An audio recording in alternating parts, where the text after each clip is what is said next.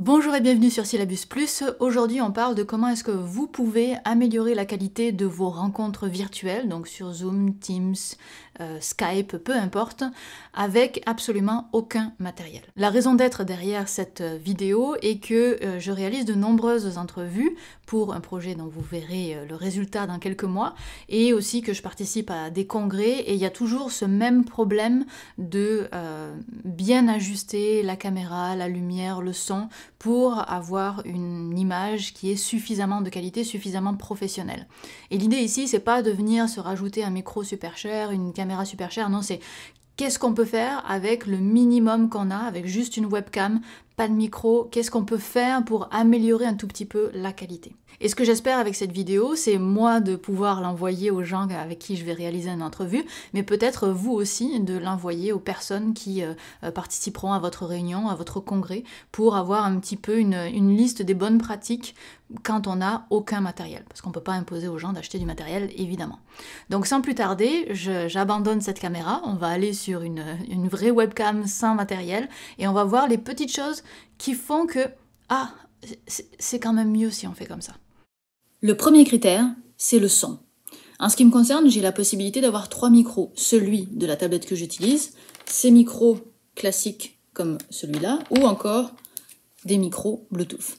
Ce que je vais faire avant de faire mon entrevue, c'est que je vais m'enregistrer en vidéo avec les 3 micros. J'écouterai ensuite l'enregistrement et je verrai lequel des 3 donne le meilleur son. Et c'est celui-là que j'utiliserai pour mon entrevue. Souvent, ce sont ces écouteurs-là qui ont le meilleur son, mais il faut juste faire attention parce que le micro se trouve ici, à ne pas le faire frotter sur les vêtements.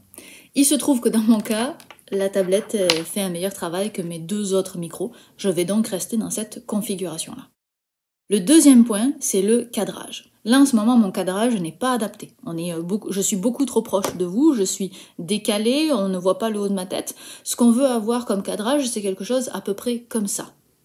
Donc le but du jeu, avant de faire une entrevue, ça va être de placer ma tablette, votre ordinateur, de façon à avoir quelque chose qui ressemble à ce cadrage-là. N'hésitez pas à utiliser des livres pour surélever votre ordinateur ou votre tablette.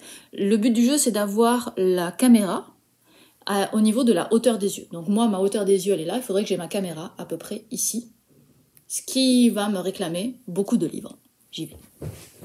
Donc là, je m'approche d'une hauteur satisfaisante, mais par contre, je suis toujours très mal cadrée, donc on va changer ça. Et voilà, donc là on arrive à quelque chose de beaucoup mieux, où mon visage est centré, et il me reste un tout petit peu d'espace au-dessus de la tête. On a l'impression d'avoir quelque chose d'un petit peu plus naturel. Donc rappelez-vous, on essaie d'avoir la caméra le plus possible à la hauteur des yeux, on essaie de se centrer le visage, et de ne pas être trop proche, ni évidemment trop éloigné. À noter que j'ai mis le son en premier parce que c'était le plus important, mais si vous reculez de beaucoup votre tablette ou votre ordinateur, il faudra revérifier que le son, le micro que vous avez choisi est toujours le meilleur, parce qu'en s'éloignant, le son devient moins bon. Troisième point, la lumière. Alors aujourd'hui, j'ai pas mal de chance parce que j'ai de la lumière naturelle qui arrive vers moi. On n'est pas toujours dans cette belle configuration. Je vais vous montrer une plus mauvaise configuration. Donc voilà une configuration pas vraiment idéale parce que je suis à contre-jour. Donc autant que possible, on va essayer de s'éloigner de la fenêtre, en tout cas de ne pas avoir la fenêtre derrière soi, mais plutôt sur le côté. Si jamais ce n'est pas possible, il faut penser à vous éclairer vraiment fort. Là, vous ne me voyez pas du tout, donc il faut absolument une lumière qui éclaire le visage.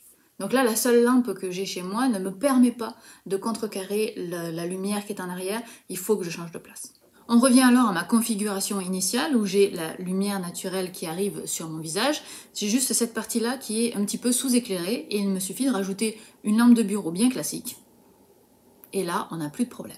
Ce qu'il faut retenir, c'est que vous avez besoin d'être éclairé par quelque chose. Si c'est la lumière du jour, que vous pouvez vous mettre face à la lumière du jour, tant mieux, vérifiez que vous n'avez pas d'ombre, vérifiez que l'entrevue ne va pas se terminer alors que le soleil se couche, mais quoi qu'il arrive, pensez à éclairer votre visage. Une lumière de bureau, ça fait l'affaire. Quatrième point, le fond. Et là, ça dépend. Si vous êtes guitariste et que vous êtes dans une entrevue pour parler de guitare et que vous avez 26 guitares affichées sur le mur, c'est cohérent, tout fonctionne bien. Si vous êtes là pour parler de physique des particules et que vous avez 26 guitares dans le fond, ça attire l'œil sur les guitares alors que vous parlez de complètement autre chose. Donc si vous avez un fond qui n'est pas cohérent avec votre discours et qui va attirer l'œil du public, eh bien peut-être que dans ce cas-là, il vaut mieux flouter ou changer de place chez vous. 5e point et dernier sur lequel vous ne pouvez pas faire grand-chose, c'est la qualité de votre connexion Internet. Si systématiquement, à chaque fois que vous faites un appel vidéo, vos interlocuteurs vous disent que votre vidéo coupe ou qu'elle est de mauvaise qualité, eh bien peut-être qu'il ne faut pas accepter l'entrevue ou trouver un autre endroit où faire l'entrevue depuis une meilleure connexion Internet. Autre solution pour ceux qui ont de la 4G en grande quantité, eh bien vous pouvez plutôt désactiver le Wi-Fi et passer en 4G pour être capable d'avoir une meilleure connexion Internet. Merci d'avoir regardé cette vidéo, n'hésitez pas à la partager, elle est là pour être utile, donc j'espère qu'elle vous sera utile. Et puis nous, on se retrouve lundi prochain. Bye!